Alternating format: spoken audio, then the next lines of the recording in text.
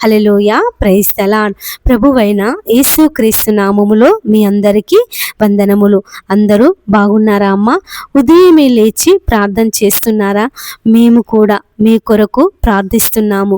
ఈరోజు దేవుని యొక్క వాక్యాన్ని ధ్యానించుకుందాము. పరిశుద్ధ గ్రంథంలో నుండి కీర్తనల గ్రంథము 145వ కీర్తన 14వ వచనము. యెహోవా పడిపోవు వారినందరినీ ఉద్ధరించువాడు, కృంగిపోయిన వారినందరినీ లేవనెత్తువాడు. చూడండి ప్రియ స్నేహితులారా, ఈ యొక్క వాక్య భాగంలో దేవుడు రెండు విషయాలను గురించి మనతో మాట్లాడుతున్నాడు.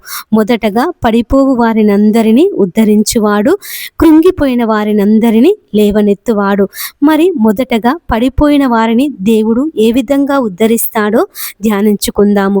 పడిపోవడము అనంటే మనము భౌతికంగా, మన జీవితంలో భౌతికంగా మనం కొన్నిసార్లు పడిపోవచ్చు, ఓడిపోవచ్చు, లేకపోతే నష్టపోవచ్చు. వ్యాపారంలో నష్టపోవచ్చు, లేకపోతే మన చదువులో మనము నష్టపోవచ్చు, లేకపోతే ఇంకా ఏదైనా మన కుటుంబ విషయంలో కూడా మనము నష్టపోవచ్చు.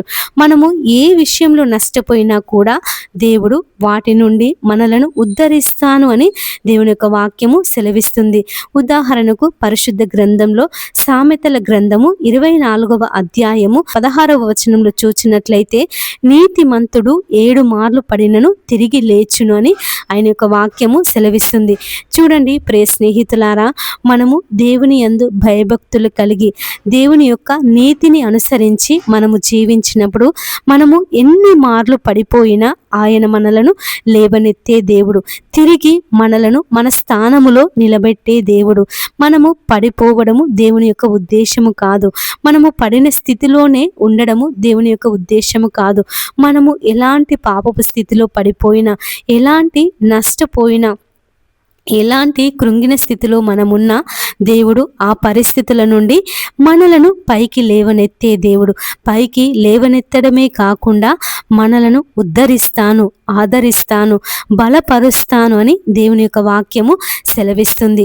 రెండవదిగా కృంగిపోయిన వారిని ఆయన లేవనెత్తే దేవుడు. కృంగిపోవడము అనంటే కొన్నిసార్లు మనకేదైనా అనారోగ్య సమస్య వచ్చినప్పుడు మనము కృంగిపోతాము. అయ్యో, నేను ఈ అనారోగ్యంతో బాధపడుతున్నానే, ఇంకా ఎంతకాలము ఈ రోగంతో నేను బాధపడాలి, ఇంకా ఎంతకాలము ఈ మంచాల్లో పడి ఉండాలి, ఇంకా ఎంతకాలము నేను హాస్పిటల్లో ఉండాలి అని మనము కృంగిపోతూ ఉంటాము.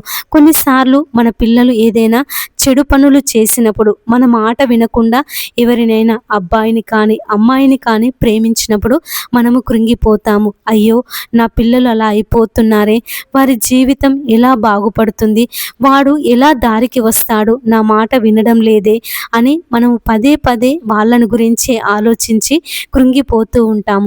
కొన్నిసార్లు మనం ఉద్యోగం కొరకు ప్రయత్నం చేసినప్పుడు మనకు ఉద్యోగం రాలేదనుకోండి, ఎన్ని ప్రయత్నాలు చేసినా, ఎన్ని ఇంటర్వ్యూలకు వెళ్ళినా, ఎన్ని ఎగ్జామ్స్ రాసినా మనకు ఉద్యోగం రాకపోయినప్పుడు మనము కృంగిపోతూ ఉంటాము.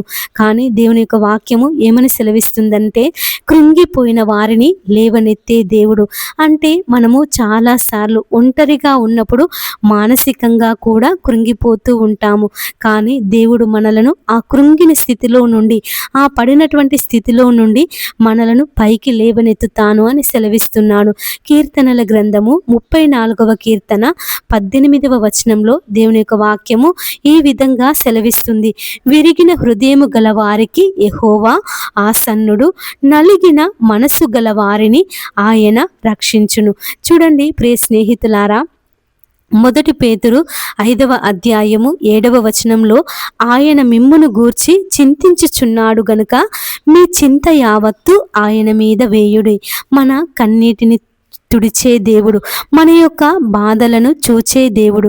చూడండి ప్రియ స్నేహితులారా, మనము ఎలాంటి స్థితిలో, ఎలాంటి పరిస్థితులను బట్టి కృంగిపోయాము, ఎలాంటి బాధలను బట్టి కృంగిపోయాము, అప్పుల సమస్యలను బట్టి కృంగిపోయామా, సంతానం లేదని కృంగిపోయామా, ఉద్యోగం రావడం లేదని కృంగిపోయామా, లేకపోతే ఇల్లు లేదని కృంగిపోయామా, భర్త మారడం లేదు, పిల్లలు మారడం లేదని కృంగిపోతున్నామా, దేవుడు వాటన్నిటి నుండి మనలను విడిపిస్తాను అని సెలవిస్తున్నాడు.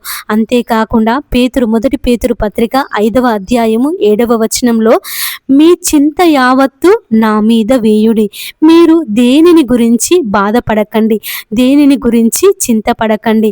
మీరు ఏ సమస్య చేత బాధపడుతున్నారో, ఏ కష్టం చేత బాధపడుతున్నారో అదంతా నా మీద వేయుడి, మీరు సంతోషంగా ఆనందంగా నెమ్మదిగా ఉండుడి అని దేవుని యొక్క వాక్యము సెలవిస్తుంది.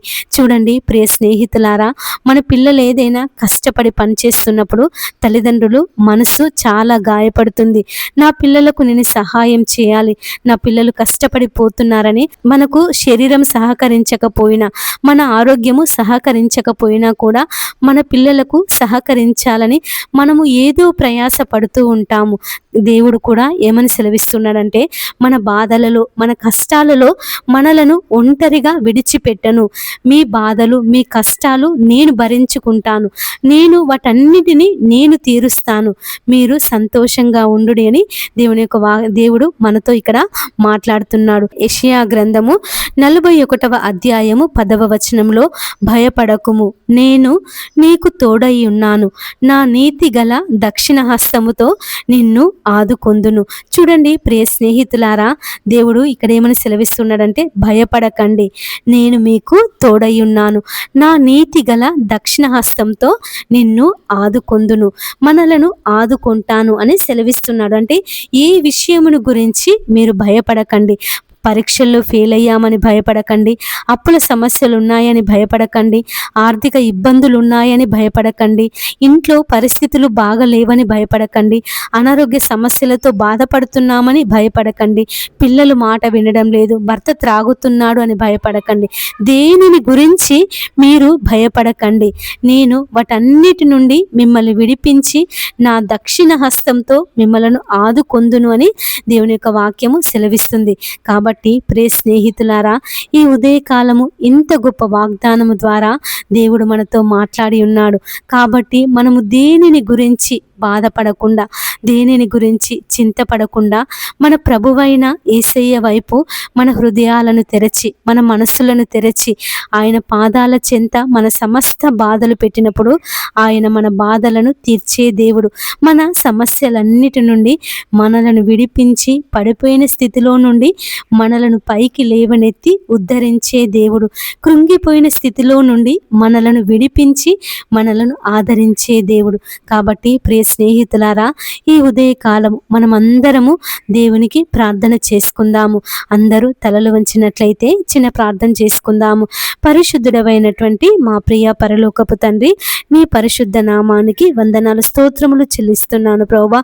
ఈ ఉదయకాలం ఇంత గొప్ప మాట ద్వారా మమ్మల్ని ఆదరించినందుకు, బలపరిచినందుకు నీకు వందనములు చెల్లిస్తున్నాను ప్రభువా. యేసయ్యా, మరి నాయన అయ్యా, మేము పడిపోయినప్పుడు, మేము కృంగిపోయినప్పుడు నాయన మమ్మల్ని బలపరచండి, నీ దక్షిణ హస్తముతో మమ్మల్ని ఆదుకొనుమని యేసయ్య అతి పరిశుద్ధ నామమున ప్రార్థించి అడిగి వేడుకొనుచున్నాము తండ్రి, ఆమేన్. అందరికీ ప్రైజ్ ది లార్డ్. ఇంతవరకు ఈ యొక్క వాక్యాన్ని విన్న ప్రతి ఒక్కరిని దేవుడు దీవించి ఆశీర్వదించి అభివృద్ధి పరచునుగాక. ఆమేన్.